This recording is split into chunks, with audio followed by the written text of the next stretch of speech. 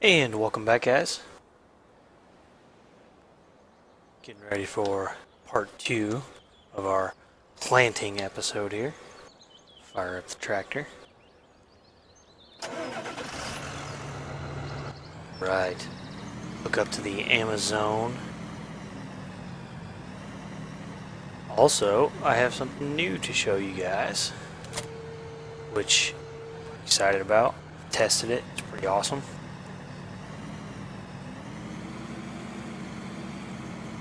Let's see.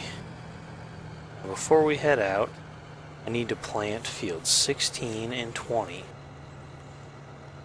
16 is 2.73. 2.73. And field 20 is 1.67. It's about 4.4 hectares total. It's going to takes about 200 liters of seed per hectare. Not 200. I'm calculating up for wheat. Well, that kind of sucks. We have a lot of wheat left in this thing. Oh well. 4.4 times. Okay, so we don't need very much canola seed at all. Get rid of that again. So, hop over to the canola seed. Got a little bit of money back for selling that seed there.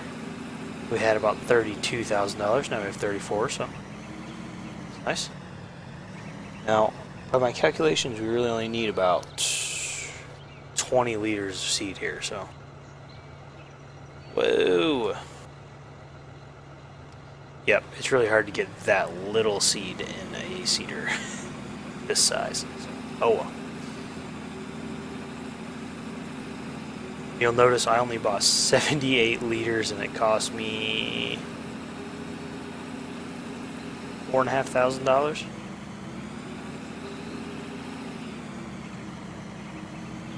Pretty considerable. Okay, so while I'm gonna go get lined up on the edge of the field here.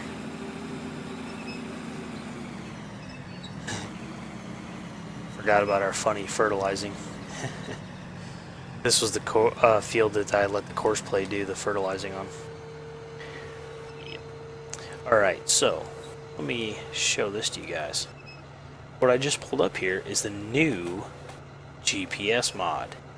You'll notice it's very different from the other GPS mod. Functionality wise, it's still pretty much the same, but it looks way cooler. To put it simply, I can still hit Control Enter and set myself a new course there, but you'll notice how far out the lines extended there. That was kind of cool. Look at that. Yeah, but I'm hitting Control Plus and Control Minus and they're not doing anything. So that's kind of weird, right? If we pull up the F1 menu and look through our selections, we will notice left control numpad period pulls up the GPS control panel. Okay, let's hit that. Whoa, look at that. So now we have a completely redesigned control panel. If I don't know exactly how you're supposed to access this normally, but if I left click, I can pull up course play, which gives me my mouse cursor. That's how I do it. Now in here we can go ahead and increase our working width, and at the very bottom left corner you can see the working width inside those two arrows. I happen to know the cedar has a working width of 6 meters, so we'll set that. There's also lots of other functions, and I wish I could show them all to you guys, but I don't even know how they all work yet. So I do know that we have this course set now. You can shift parallel left, shift parallel right. So if I click this, you notice how I wasn't quite lined up. Shift, parallel right, get it lined up with the field. Check that out. I can also rotate 90 degrees. Look at that. That's pretty cool. Rotate 90 degrees again, pops it back. I can also rotate right and left just normally. So, I don't know. I think pretty cool. Alright, shift this back right, get it set up where I want it. Alright. There's a lot of other things. If you mouse over these, a little description pops up right above your tractor, and so that'll tell you, kind of help tell you what exactly it's doing. And now, this is sort of your display that tells you what's going on. When I activate this, now this comes up with its beaming cones there to tell you now it's actually active. The steering is active. I think it's pretty cool. Whoa. I don't even know what I just did.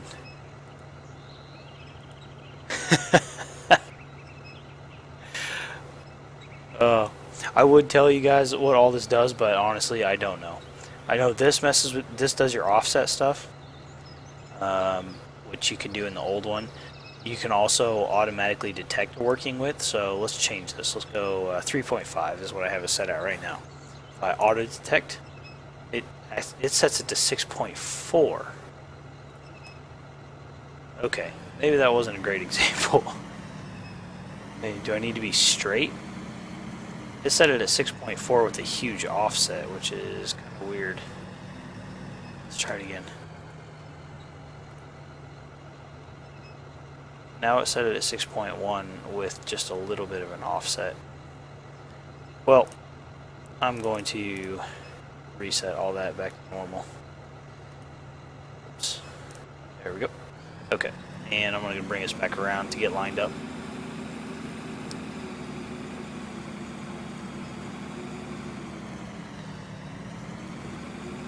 But with these controls, you know, you can actually see what they do. You see a description of what they do. Get it lined up with the edge of the field there. Just a little overlap to make sure we hit it good. Alright. Set it to work mode. It's active, so now it's steering for me. Lower my seater down and turn it on. Yeah. Alright. We are working. So, I know basically what this stuff does and what some of this stuff does. New course obviously starts a new course. The line thing, I don't know what that does. Copy from neighbor, I think if you have a course set up in another tractor, you can copy it. Analog wheels, not exactly sure what that's supposed to do. And then this auto turn, I honestly don't know what that does. So, can't really tell you guys much about that.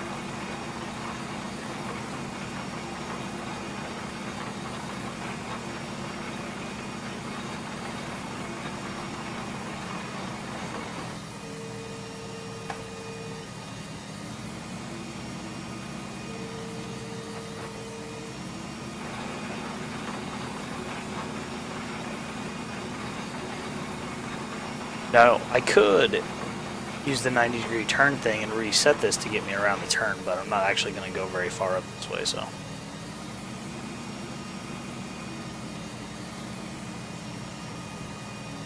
I messed that up.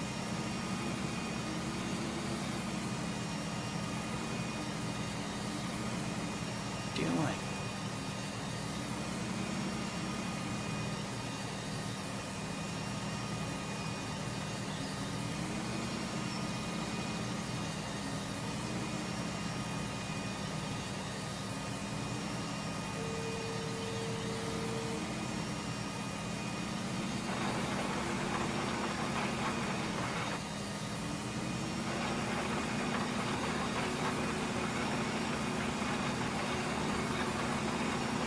Alright. That works for that.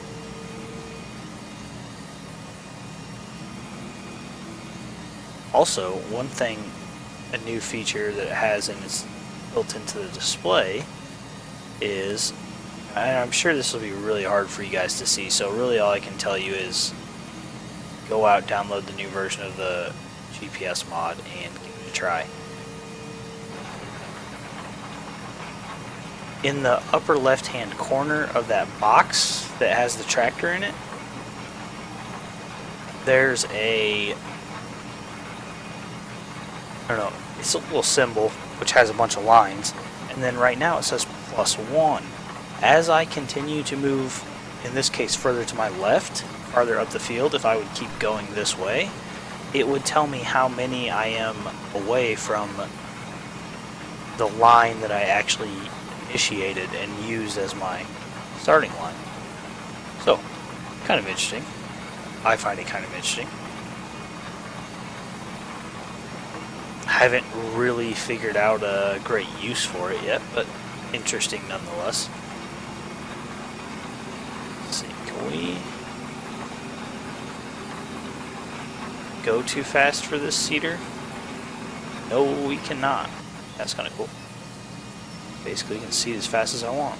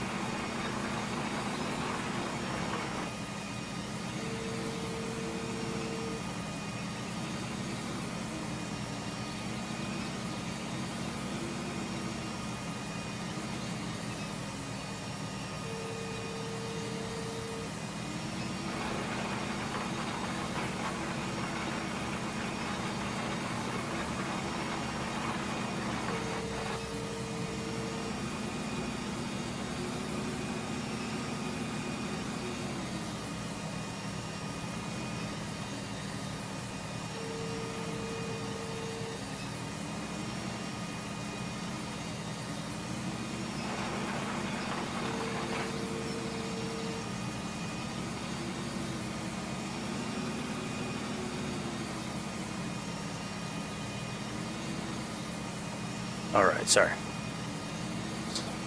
Intensely focused on that. Again, like I normally do, just trying to get the headlands set up. Alright.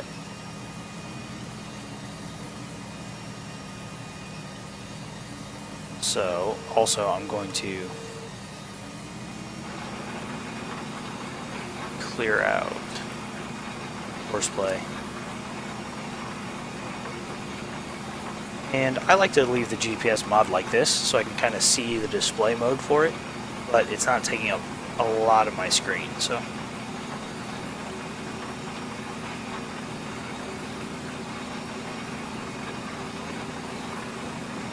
I do like this seeder though. Makes things go a bit quicker.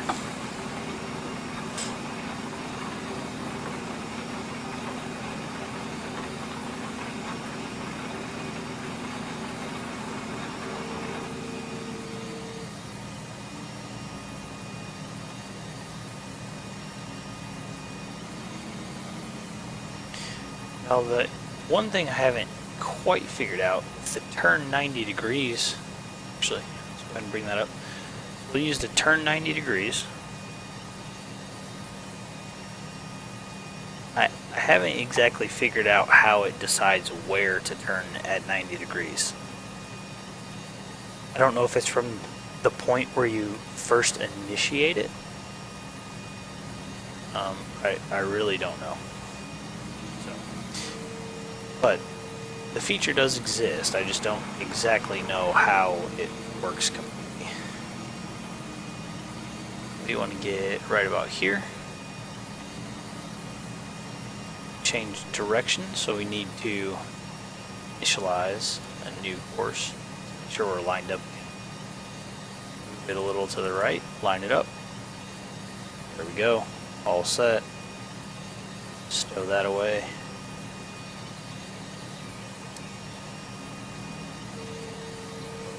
And off we go. So, you know, they added some, really, that they just made the GPS mod a lot more user friendly, as opposed to having to kind of have all the key bindings memorized so that you could use them and adjust them.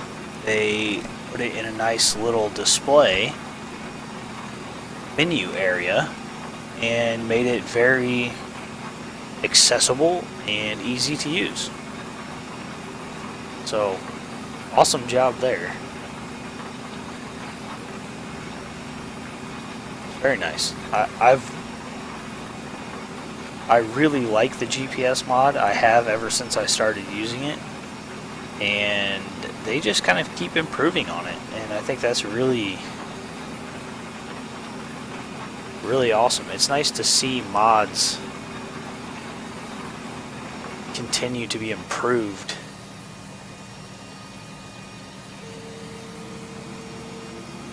Instead of just kind of falling by the wayside almost.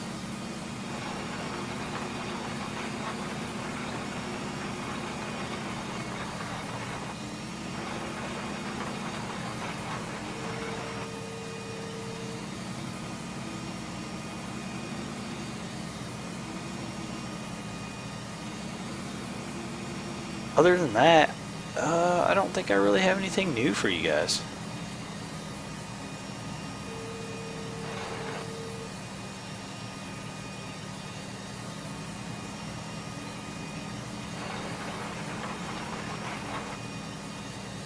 Alright, and we're going to reinitialize a new course. Perfect. Since we're going to make a headland up here, reinitialize.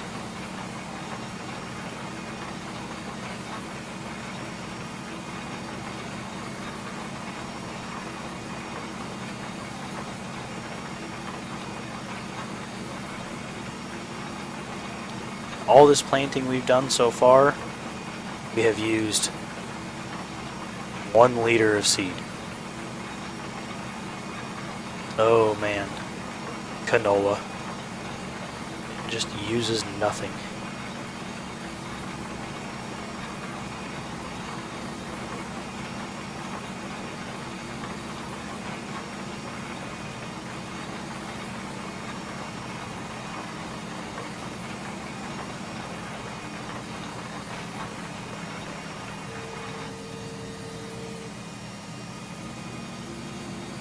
It's kind of nice how the usage is low on canola.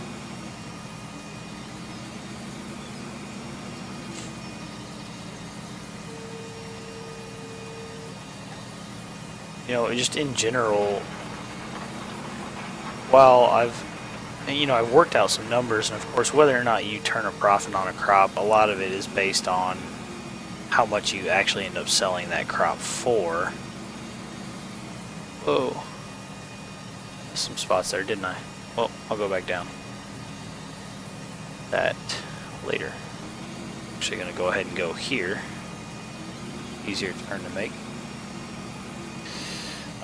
Anyway, I've worked out some of the numbers, and in general, canola is not the most profitable crop. Jeez, I did a terrible job of that. We're going to go off the field a little bit. It's not the most profitable crop in terms of profit per hectare to use, but you know, that's really just taking into account how much it costs per liter and how many liters per hectare you use, and then how many liters you typically yield and what you would typically sell it for. So it's not really taking into account all of the costs. You know, for example, since the yield on barley and wheat is so much higher, you make a lot more trips with your whatever vehicle you're using to trailer grain. Whether you're going to sell it or whether you're just unloading your harvester and taking it to your silos, you're gonna make a lot more trips.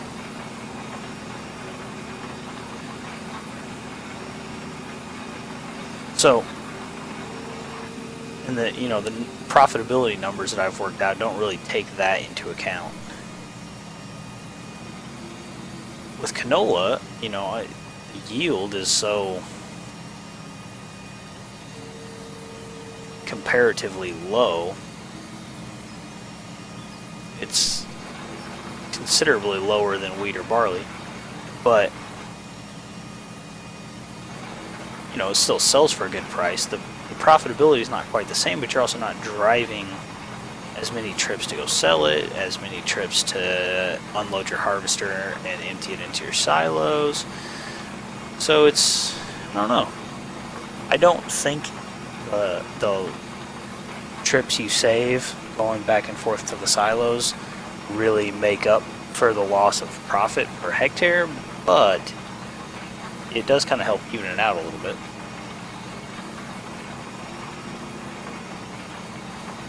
Especially when you're doing something like what I'm doing here, where I'm trying to one-man farm a lot of this, at least thus far I have been. It's nice to be working with a crop that doesn't... Whoa, slow down. I have to go off the field a little bit here. Nice to be working with a crop that doesn't require lots of trips. You know, it's...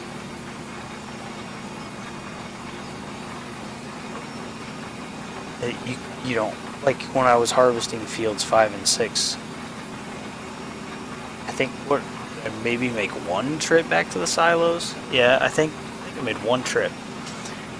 I was very close to harvesting those 2 fields put together without having to make a trip back to the silo in the middle of the harvest.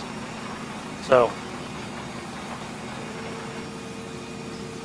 now when I did the wheat, that was a different story. Okay, so I'm going to go ahead and pull up this again. We're going to move that to the left, lined up with our previous line there. And now we should be able to kind of leave it set. I have to keep adjusting it. Alright. In the ground and go.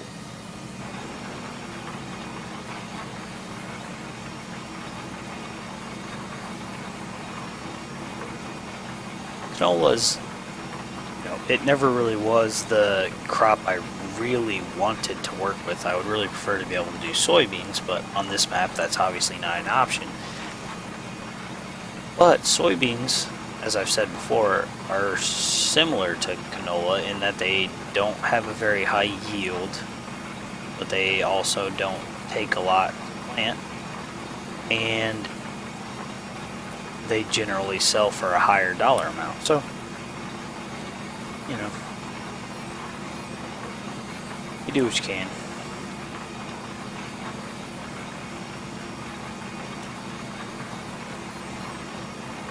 I would really love a great demand to come up so we could get rid of our wheat. But, I don't know. Also, what I think I'm going to do, just to kind of help us get... Also, since these turns are a little tight, I'm going to go to my... Since the GPS mod works well and will allow us to do this, I think I'm going to go to my skipping a row. Yeah. Alright. So, anyway, as I was saying, while we're waiting for this to grow, I think I'm going to turn the missions back on and hopefully try to pick up a couple mowing missions just to pick up some extra cash. There's really not much to do in the downtime while we're waiting for stuff to grow. So, you know, might as well take advantage of the mowing missions and the fact that we have a mower. Might as well just go ahead and use it. Eventually you get to the point where you're making enough money off harvesting and it's keeping you busy enough that you don't really... It's not very profitable to do the mowing missions anymore. You're busy with other stuff. So, but we're not to that point yet.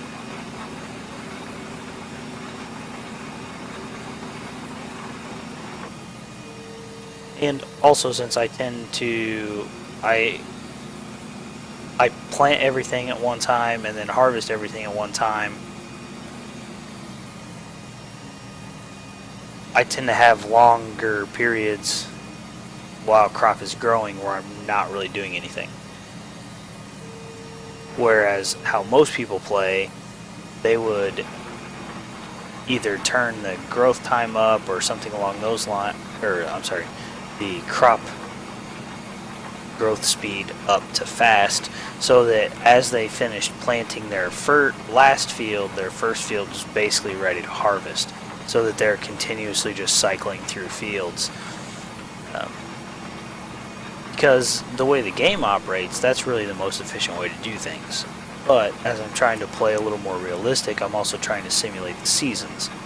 And one of the things about farming is you have a long growing season where, you know, I certainly won't say that farmers don't do anything during that time, because they usually do a pretty good job keeping themselves busy. But as far as working with the crops, you're not necessarily doing a whole lot. They're already planted, you're just waiting for them to grow. You might spray them with pesticide or something like that, but since the game really doesn't simulate that very well, you know, we're not going to do that. If we had a sprayer, if we end up getting a sprayer, which I am definitely thinking would be a good idea,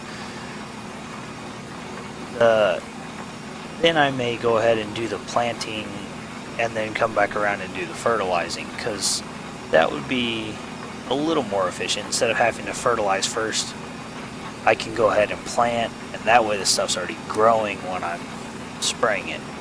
But as is, since we have a solid fertilizer spreader, generally solid fertilizer goes on before you plant.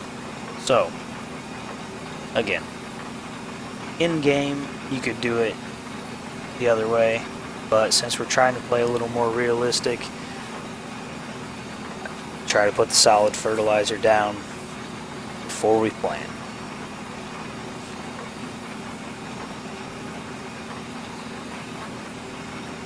Alright, we're going to go back to that first row over there and get it squared away. So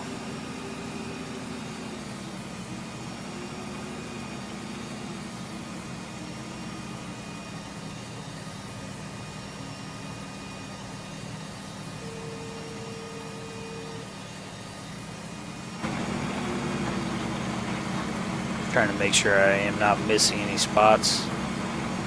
Looks good. Alright. So yeah, this is pretty much going to be this episode. This is a pretty big field, 2 3/4 hectares.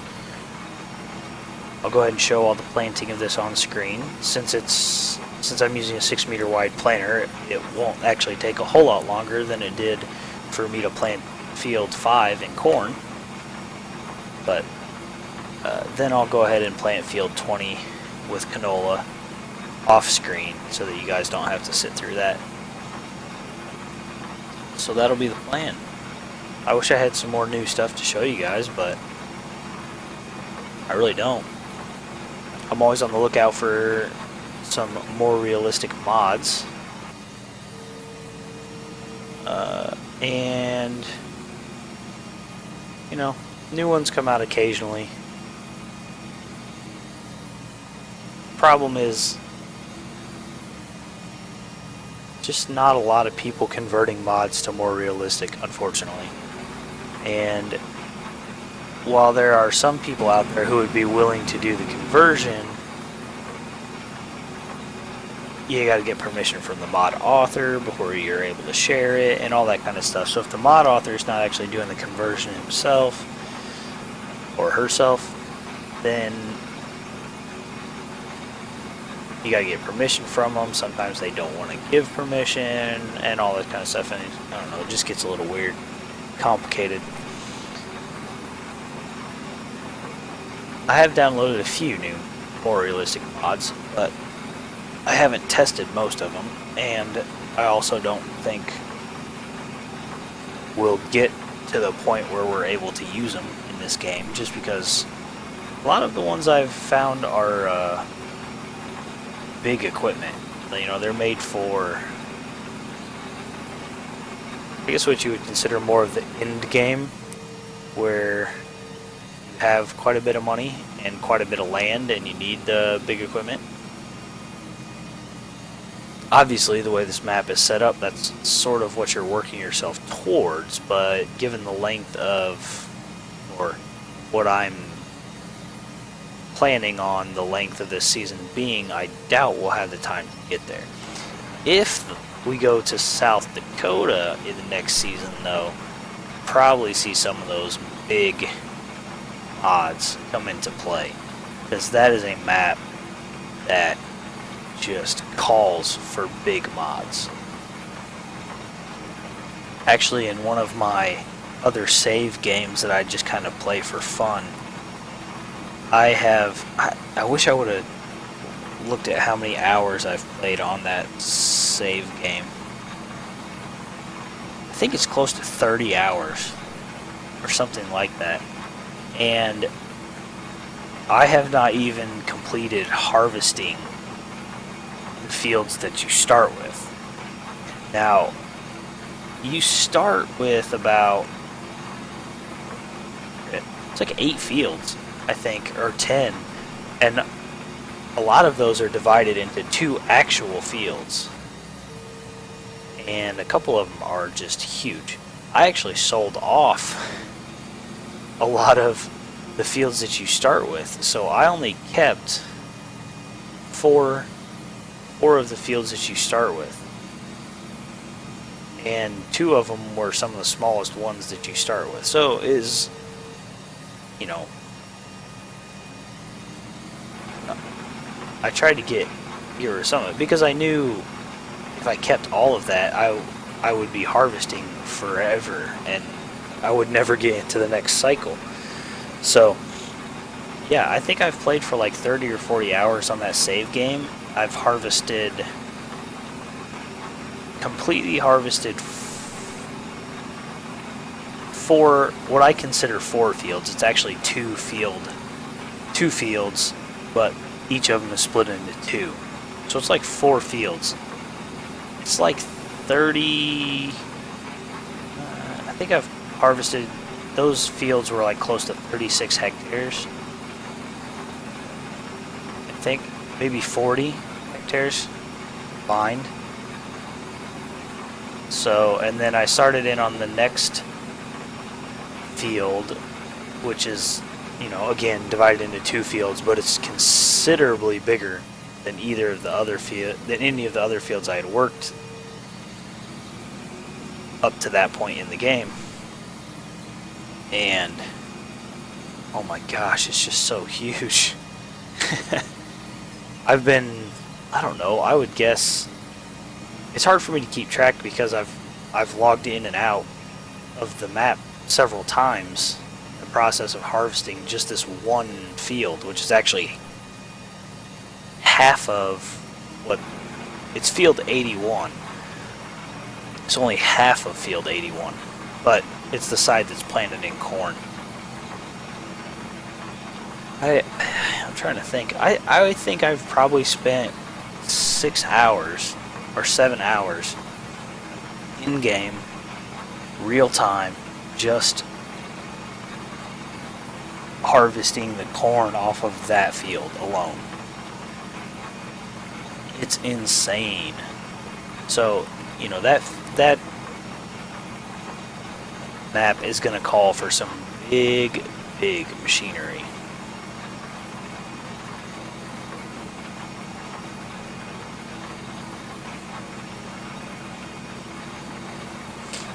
But actually, it's funny because you go from Hagenstedt to Westbridge Hills, and you're like, oh my gosh, the fields on Westbridge Hills are, you know, pretty big. This map makes Westbridge Hills fields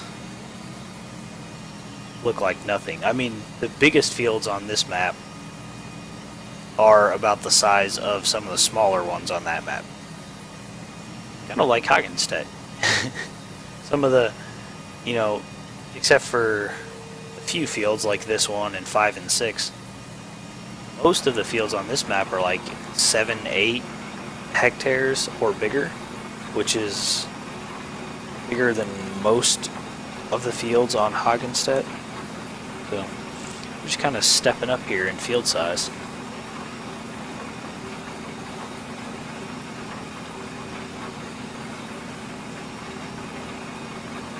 I think it'll make for an interesting Let's Play. So far, I haven't seen anybody do a Let's Play on the South Dakota map.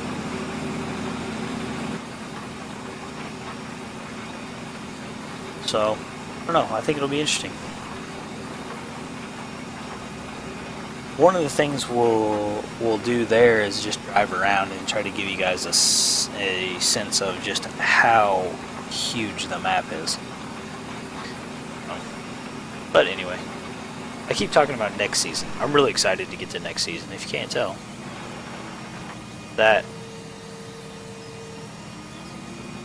going to be a slow season, I think. There may be more than 20-some episodes in that season, because it's going to take a while to get things done. It's actually not going to take that long to make money. You have so much crop in the field already that you can harvest and sell immediately that it really doesn't take long to make money. The problem is it just takes so long to do anything. So,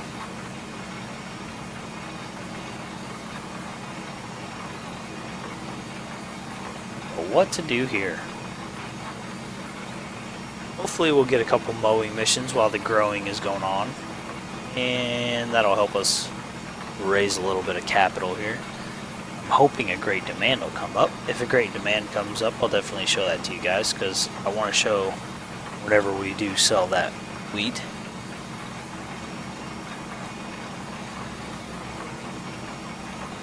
If I can get a mowing mission at the baseball field, I might show that to you guys too, because I think we've seen the drive-in theater. I don't think we've seen the baseball field yet. It's kind of fun to go up and mow the baseball field. Nice piece of, you know, American icon there, the baseball field.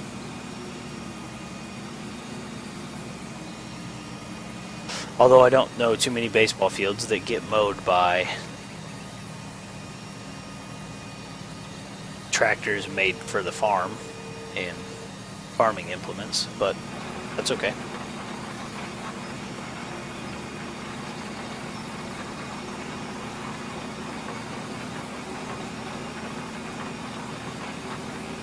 This harvest is going to be interesting. It's going to be a kind of a long harvest.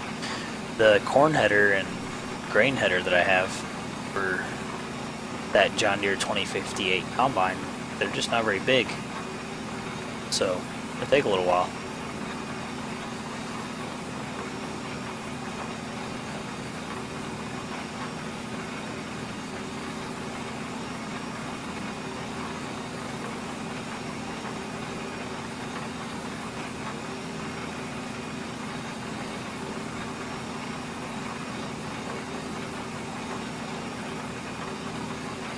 Getting over here to the steeper part of this hill, I'm wondering how the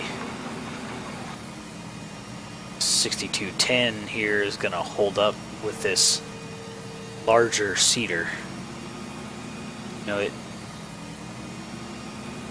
handled the smaller seeder okay, and it handled that cultivator just fine, but this seeder is, I think, if I remember correctly, when well, no, I guess the first time I planted this field was just corn, so, you know, that's a 3-meter planter, that corn planter is, so this is twice the width. A lot more you have to pull through the ground. So, we're managing about just under 7 miles per hour going downhill. Oh, another thing I like about this glance mod, if you notice, it actually shows the speed in miles per hour. The load status mod, which I was using before this, said miles per hour, but the speed was actually in kilometers per hour. So while my display down here in the right hand corner would say 6.8 miles per hour. The load status mod would be telling me that I was doing, you know, whatever the equivalent is, 10 miles, or it would say like 10 miles per hour. And it's like, it's not right. Not a big deal. You know, it was really just more of a little minor annoyance than anything else, but the fact that this glance mod actually shows miles per hour instead of just saying miles per hour is kind of nice.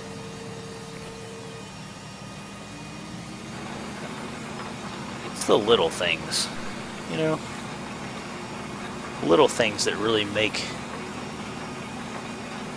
a difference with mods.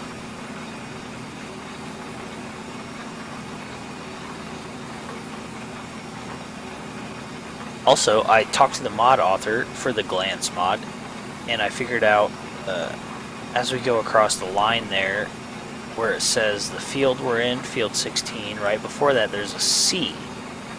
And I asked him, I was like, you know, what is that?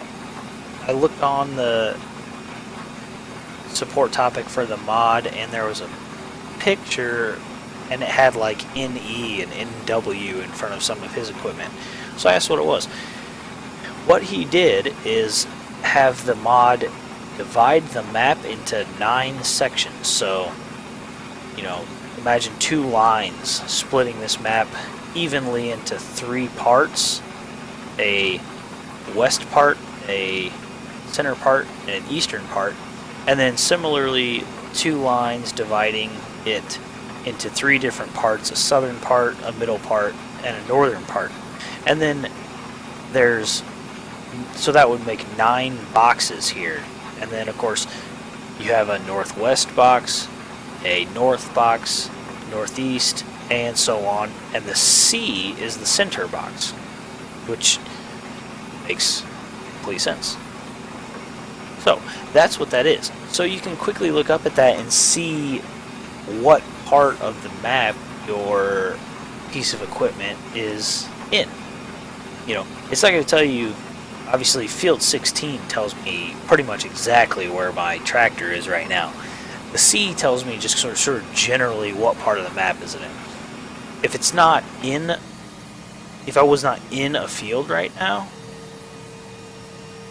there would be no F16 there. There would be no field display, so it would be harder to tell exactly where this tractor was. And in that case, the C would kind of help me out and say, okay, the mod is located somewhere in that center portion of the map. Which, when you're talking about a map that's not too big like this map is, that locates it pretty well for you. If it's in the center part of the map, I can pretty much guess that it's somewhere around my main farmyard. So, that's pretty cool, I thought.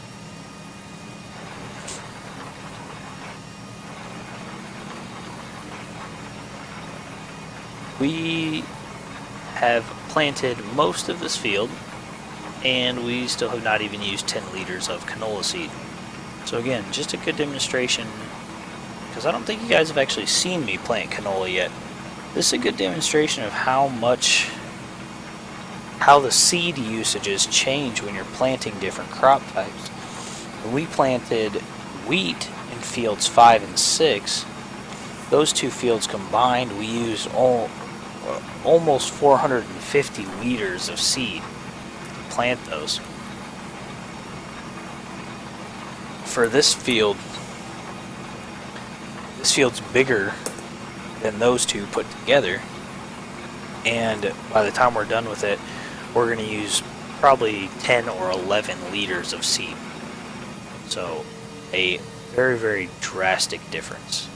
But you'll also notice I only bought 78 liters of seed, and it cost me $4,500. Canola seed is expensive. I think it's somewhere around $70 per liter for canola seed, whereas wheat is like $263 or something like that. So a very, very significant difference.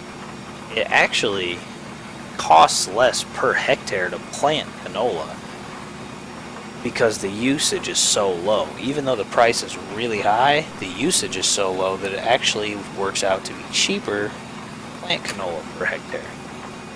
So, interesting there.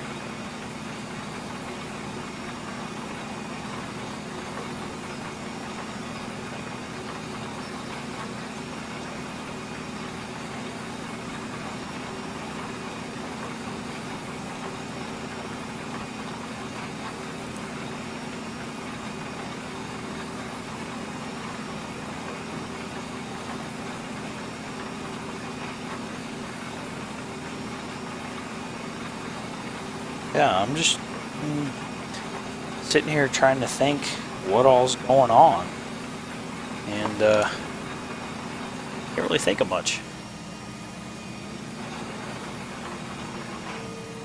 This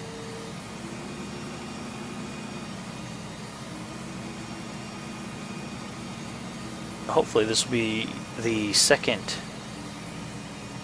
I guess what I would consider full-length video of the week for you guys. You know, again, trying to really move this season along and show you guys more stuff. Again, if you don't like that, leave a comment, let me know. But yeah, I really kind of want to get this season going. You know, we harvested when we started, and then we replanted only a couple fields and we harvested those. So we've had 2 harvest cycles now, and we're replanting to go into a third. But the way we're playing it, we've only simulated 1 year really. We had our harvest season, then we planted winter wheat, then we harvested that in the spring, and now we're replanting and we'll be ready for harvest again. So really, the way we're sort of simulating this, we haven't even gone through a full year. So, something to kind of keep in mind. I'm trying, so, you know, that being said, I'm trying to kind of move the season along, get things going. I want to show you guys lots of stuff, but I also don't want you to have to watch 15 videos just to get through, you know, half of a year. I want you to, you know, if you're going to watch 20 or 30 videos in a season, I want you to be able to get through several harvest and planting cycles. Not several, numerous harvest and planting cycles instead of, you know, 2 or 3. So, trying to strike that balance. And as I'm using this first season really as a teaching platform to kind of let you guys know how the more realistic mod works and everything, it doesn't have to be a full-length season. Although I don't really want to end this season before I feel like we've accomplished something. We've definitely gotten somewhere. Since we started, we've bought another field. We have gotten rid of our 2 older tractors and purchased a new one. Bought a new seeder for our grains. Let's see. Is that what? That's all we've done so far. You know, but I still want to do some more to feel like we've really accomplished something. I would like to get a new harvester before I end the season. Now, whether or not that happens, we'll see. But that's a goal. I would like to have a better harvester. Most definitely by the end of the season, I want to get the bank loan paid off. So, that's still... Actually, I'm not sure what that is. Let's go look at that. So, still $150,000 there. So, you know, we need to get that paid off. And at $150,000, that's going to eat up a pretty good chunk of our profits and things. But I'm also thinking if I can get that bigger harvester, I can really start to handle more fields and start to move things along a bit quicker. If we get the opportunity for another field in an auction, I'm assuming we have the money, you know, I'm really going to have to think about going for that. Because buying field 20 for the price we did, that was a pretty good deal. We got it, I think, for like 60% of its normal value. Added another 1 2/3 hectares to our farm, so pretty considerable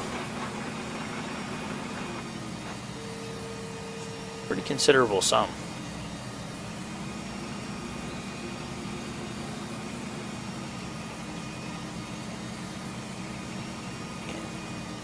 We are almost done with this field. One pass up this way and one pass back, and this field will be planted.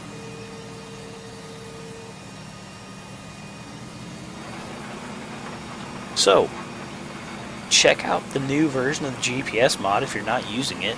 It's pretty nice. And assuming you're running more newer gear, using a GPS mod is fairly realistic.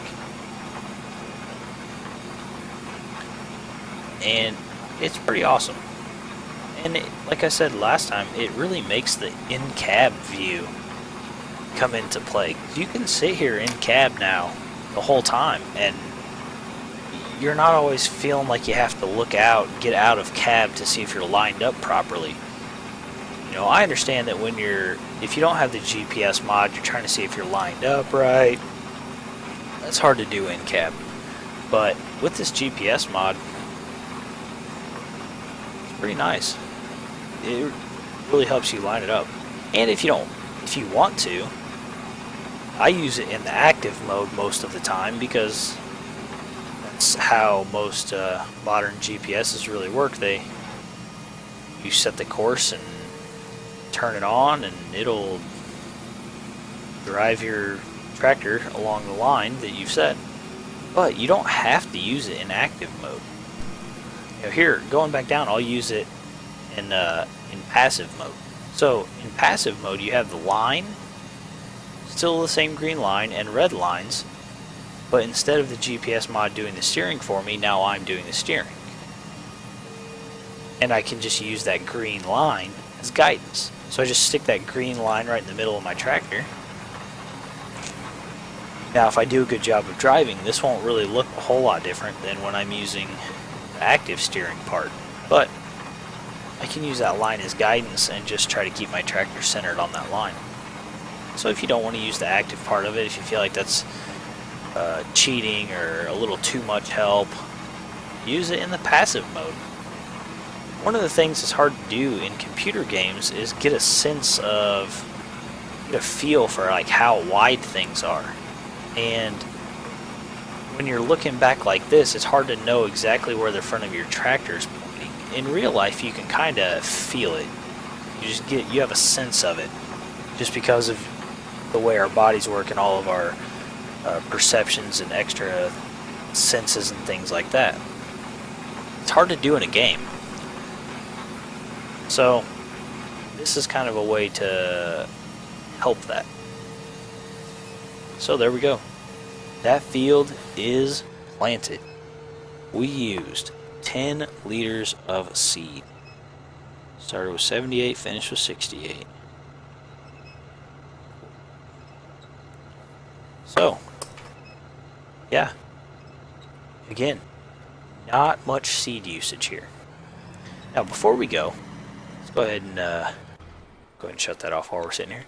Let me show you some of the new, more realistic mods that I've found. I'll try to spotlight only ones that I have actually found and been able to download, not ones that I converted myself. So this is... what am I doing? Not even the right category. Duh. Alright. So this is all normal MR stuff. Get down into here. The MR case CVX 175. That one's available for download. You guys have seen me look at that one before. That's a nice tractor. the MR Class Zerion 3800.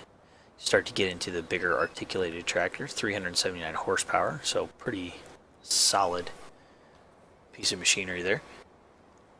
That one's available for download. I honestly couldn't tell you where I found these for download, so you guys will just kind of have to search. I can tell you I do all of my downloading from a few sites, mostly FSUK, but since they do a fairly rigorous amount of testing before they post mods, there aren't as many mods. So while the ones that go up there are usually pretty good quality, there just aren't as many. So fsuk.com, fs-uk.com. That's a good one. I also use LS 2013, and this is the LS 2013 without the dash in the name. Although the one with the dash in the name tends to carry many of the same mods. But the ls2013.com has a section for more realistic mods, so that's a great place to go search. Modhoster.com is also, they have a lot of mods. Now the quality of some of them is kind of questionable, but they have a lot of them. So if you're willing to kind of test some mods out and see how the quality is, you can generally find more on there. They have a more realistic section, which is great. And then the last site is AmericanEaglesModding.com. And they have stuff on there that you just don't find on other websites. So that's another great place to check out. And they also have a more realistic download section. So if I'm showing you these mods which I have downloaded, it came from one of those sites. Okay. Sorry. A 2010 Ford F350 DRW flatbed. This is a pretty nice one. Pretty nicely modeled. It's got big chrome wheels on it, which look pretty cool. And it's actually a Ford F350 with a halfway decent interior. That's very cool. It also has a fifth wheel attachment, which is the main reason that I have it.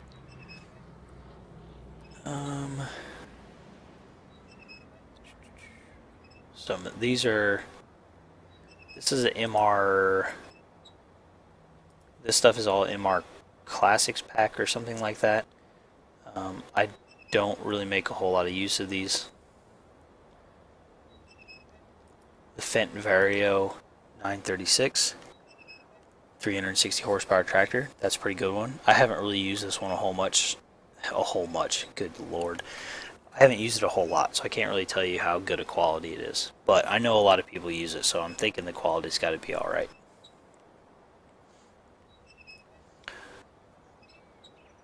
That one I don't know where I got. So I may have edited that one myself. Let's see. What other ones have I been able to download? Again, I'm trying to only show you guys ones that I actually downloaded, not edited myself. This MR JD8530. Nice big tractor. That's available for download somewhere. Unfortunately, there's not a whole lot of information about it, but it is available. John Deere 9560. This is one of the bigger tractors that you're going to be able to get. Expensive, but 560 horsepower. So this is kind of a John Deere equivalent of the Steigers, if you're a go green type of person. A MAN 3-axle truck. I got this because if you want to do smaller type farming where you're not going to be using a semi, semis are very common around here. That's pretty much what everybody transports their grain with. But people who have older equipment tend to have a dump truck style truck that's sort of like this. And it's basically a sort of a semi front, but instead of having a trailer that hooks up to it on the back, they have a big bed that holds grain. So this is about the closest thing I've been able to find. It's basically the same thing except made by MAN, which over in Europe instead of an American company, but that's okay. So that's one. I haven't yet really used it yet, so I can't tell you how good it is. New Holland T7550. Pretty sure I downloaded that one from somewhere. The 2007 Peterbilt 379 day cab and its no chrome companion. Those are good ones. Semis, more realistic semis. So that's great. Don't pay attention to that. Okay, it's MR and it costs $0. Anytime you see that, that's a indicator right there. Just stay away from it. You guys have seen the Ford 7000. Ooh, the New Holland T8 420. Another kind of big traditional style tractor. 420 horse. So it's a big boy. And the Raba Steiger 250. This is an old one, but 250 horsepower. So, pretty powerful tractor. It is slow though. Good gosh, is it slow. The nice thing about it is I saw that price and I was like, oh my gosh, here we go. You know, the other Raba Steiger up here is $0. So I was like, oh my gosh, this is another one of those just ridiculously priced ones. I actually looked it up on the internet, and I don't know exactly what year this one is that they've modeled, but $12,000 was about right. So I was like, okay. So if we want to get, you know, a 250 horse tractor for fairly cheap, and you don't mind articulated tractors, there you go. Let's see, front loaders. Yep, there's nothing I've downloaded in there. Harvesters. The Kloss Mega 218. This is a nice one I've found. It's a nice, what I would say, a good harvester to be able to upgrade from the FAR. You know, at $50,000 and $3,000 for the header, you're looking at a total cost of about $55,000, and you get a significantly larger harvester. So, and I believe a 6-meter header. Of course, there's the Kloss Lexion 770 TerraTrack. That one's been out there for a while, with its Vario 1200 12-meter grain head and a 8-row Conspeed corn header. That's a really nice mod. Even in the more realistic version, the cameras still work on this header, which is very cool. That's a repeat. Those are all ones I've edited myself. This is one I've edited myself. This is one you can find, the John Deere W660, and a 625R grain header, and another 8-row corn header. So that's a good one. Those are. This one is available. I know this one came from American Eagles Modding. That's the site I downloaded it from. So John Deere 9770 STS, pretty big harvester, kind of on the level of the Kloss Lexion. 11,800 liter grain tank. It comes with this Honeybee 11-meter grain head. So that's a pretty good harvester to check out. Nothing in here worth mentioning in tippers. MR ones. This MR grain trailer here comes from the Classics pack. Let's see, I think those are all edits. This Perard Interbeam, or however you say that, 25, is available for download. Do note though, you need a powerful tractor to pull it, and even with a powerful tractor, it makes your tractor go pretty slow, even when it's not full of grain. Full of grain, you go pretty slow. So just heads up on that. the MR Gravity Wagon. FMC, they had a vintage collection, and it was full of some really cool stuff. They made an MR version of that vintage collection. So if you like to play with classic stuff or kind of vintage stuff, check that out. The Class Carrot 180 TD is a good one. This group of Merit grain trailers. The reason I like these is because these represent a American style grain trailer that actually dumps grain from underneath. It doesn't dump grain out the back. It actually drops it straight down. So you have a lead, a Super B lead, which would be the front one, and then you could hook another one onto the back of it. This big one, which is really made to be used by itself, and let's see. Oh, sorry. That's a non-MR version of that. I apologize. Here's an MR version of the Super B lead and the Super B toe that would go with it. Cultivators. Oh boy, let's see. More FMC vintage collection stuff. And a John Deere 2410 chisel plow. This one, it's 43 feet wide, which is like 11 meters. It says required power 180, 440. You're going to want to stick up closer to the 440 side of that. That is a big cultivator. It calls it actually a chisel plow. It acts as a cultivator in the game, but it takes a lot to pull that through the ground. Plows, except the FMC stuff, not much. Sewing machines. This is where there's some cool stuff. Okay, an MR. Nope, take that back. I converted that myself. I believe this one I downloaded. I've never used it though, so I can't tell you much about it. An FMC Minneapolis Moline grain drill. That's a good one. The John Deere 1890 and 1910 air seeders. These are two that I am really, really excited about. This one I'm not sure about. These, even though they don't say MR, they are. I've downloaded those.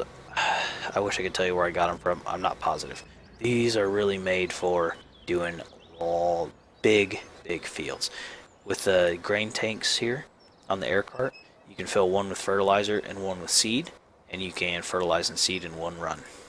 Very nice. Fertilizer spreaders, the only thing new here is the Classics pack and FMC Vintage pack. In the sprayers, there's some FMC Vintage stuff, which is nice. This is actually even a little different than what they had in the non-MR version, so pretty good there. FMC Vintage newer spreader, and the Classics old wooden slurry tanker. Pretty nice. Mowers, again, FMC Vintage stuff plus one from the Classic pack. Windrowers, there's a Classic pack one and an FMC Vintage one. Tedders, pretty much the same story. One from the Classics, one from the Vintage. In loading wagons, the Classics pack comes with a Bucher TRL 2600 self-propelled loading wagon, which is pretty nice. And I've also been able to download this Class Quantum 3800, which is at $21,200, a much cheaper way to get into loading wagons than a lot of this stuff. I mean, these things are expensive. So it's even cheaper than this, actually. But this does take a pretty good sized tractor to be able to pull. Baling, you have your Classics pack stuff, a bale loader and an old baler, and a John Deere 864 premium round baler, a Claas Quadrant 1200 baler, and then two things from the vintage collection, a bale trailer and a John Deere 24T square baler. This makes small square bales, but you'll notice at $2,750, cheap way to get into baling. Even this 864 is only $38,700, so nothing in feeding tech. In weights, there's some new weights that have come with some of the things I've downloaded, but nothing too crazy to talk about there. Miscellaneous. Some of the harvesters come with header trailers, so that's what those are. A MR mobile water tank, which is a nice cheap water tank. A GMC style pickup truck, which has actually been modded to hold a little bit of grain in the back in the bed, so that's kind of cool. Again, another header trailer, a Jeep header trailer. This FMC vintage one thing they did have was a fertilizer trailer, so they've converted that. A big water trailer. Now, I haven't used this, but the guy who made it did note in the comments on it, it holds 19,500 liters of water. Full, this thing is going to weigh a lot, so be ready for it. You're going to need a big tractor. And that's it. So, just to kind of show you guys some of the stuff I've downloaded, I will be going and planting field 20 off screen, and when I see you guys next, I don't know what we'll be doing. Maybe a mowing mission? Maybe selling some grain for great demand? Or if none of that comes about, then we'll be harvesting. So until I see you next time, this is FC Farmer, playing Farming Simulator 2013 here on Westbridge Hills. Our nice creaky windmill here. Hope you guys enjoyed the video. And I'll see you next time.